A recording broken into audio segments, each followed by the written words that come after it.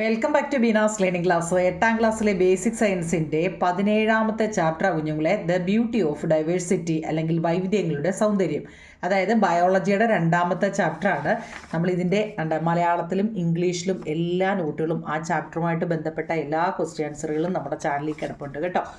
നമുക്കിത് short video ആയതുകൊണ്ട് എല്ലാം നമുക്ക് കാണിക്കാൻ പറ്റത്തില്ല. ഇത് കാണുമ്പോൾ തന്നെ നിങ്ങൾക്ക് മനസ്സിലാവും കേട്ടോ.